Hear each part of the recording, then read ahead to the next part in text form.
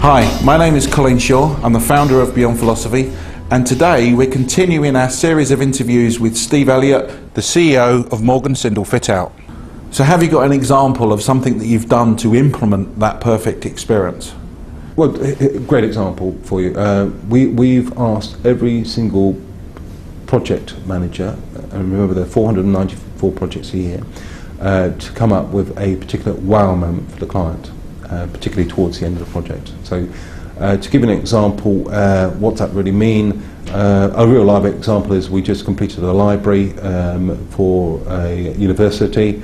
It was a separate building. They had quite a tight budget. We completed the works that we're doing, but we noticed that the emergency staircase entrances, exits throughout the building were absolutely appalling. And what they really needed is they needed a redecoration program. So one weekend we poured ourselves and our supply chain in, and we actually repainted and redecorated every single emergency staircase in the building. We weren't paid for it, but it was the one thing missing from the whole project. The client came in Monday. That was an enormous wow. Once we told them what we'd done, and told them, "Don't worry, you're not paying. It's part of our thank you for allowing us to work with you program."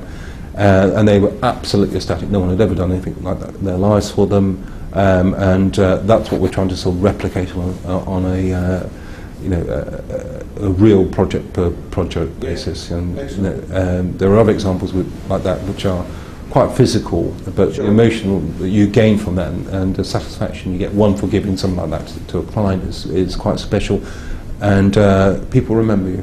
So there are many organisations now that are looking to improve their customer experience, and you've been on this journey now for some time. What advice would you give them? Well, if they're in our sector, please don't do it, because it really does work. I think the thing that you have to do, you have to have a leap of faith. You have to have, so many of you talking about the product or the experience, on both that we've done, you've got to have a determination at the top that it's going to work, and a belief, and you have to, as we did, put a lot of time aside for a number of years and accept that it's going to make the company much, much better. In the early days of Perfect Delivery, people were looking for chinks in the armour, reasons not to do things, and they were looking for us to renege on at any point on Perfect Delivery. So, well, fine, let's move on to something else. We didn't, and we still don't.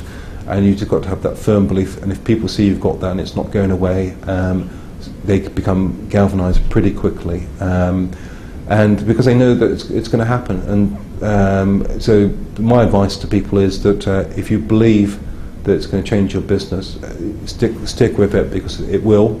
And I would say that what's been hugely beneficial for us is having a third-party involvement to actually get those real messages from people who are experienced, more experienced than us, certainly, at giving advice and experience and our journey on Perfect Delivery. And that's been intensely useful for us, and a phenomenal belief that it will succeed. And just don't give up. If you had your time over again, would you do anything differently? Very simple now, looking back, that we should involve more people in the process of Perfect Delivery. But for us, we were on very uncharted ground. No one had ever done it.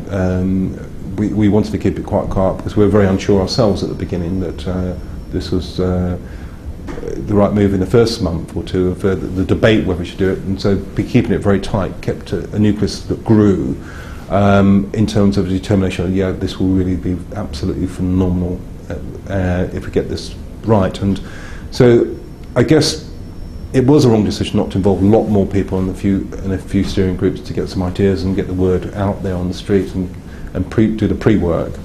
But I don't really regret everything we've done, and we've made some mistakes. We've gone down some. We had a huge debate about empowerment, because we work in a very empowered organisation. About, do we make people do things, or do we coach them into good practice? We took the route of coaching. It took us much longer because we did that. We could have just changed a lot of systems and demanded things, but it's just not the way our organisation works. It's very much an empowered organisation. You get the freedom to actually work in the way that you do against some pretty bold measurement targets. But if you want to do certain things in a certain way, we decided if it worked, that would be fine. We weren't trying to sort of one size fits all. And that worked for us as an organisation. We spent some money on some ideas that didn't work, and you sort of dust yourself. You go down that cul-de-sac, you dust yourself out. Like I said earlier, there's no roadmap for what we did. You get back on your feet and you start again, but you don't let those failures worry you. Sure. You play on the successes, and there's nothing prouder than a project manager and a team coming in and having delivered a very complicated project. It could be £500,000 or it could be a 20 million project, and they have every single signature nailed to that perfect delivery record from the client and all the consultants.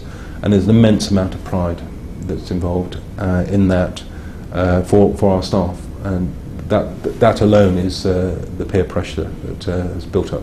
So I guess there aren't that many negative messages what to do. It's just tough, hard work, and you've got to grind it out. And